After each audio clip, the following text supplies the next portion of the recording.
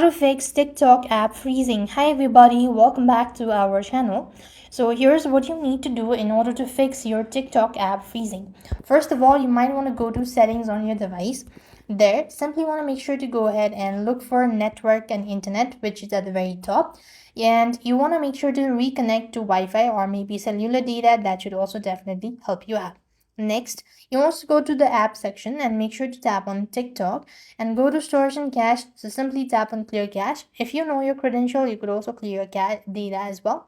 And after you've done that, you might want to make sure to force stop the app as well. That should also definitely help you out. Or else you might want to restart your TikTok, or you might want to restart your device as well and see whether that fixes your issue or not.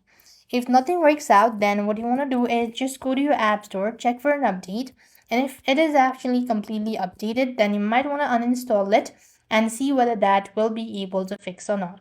So these are a couple things you could try in order to fix TikTok app freezing. I hope the video is helpful.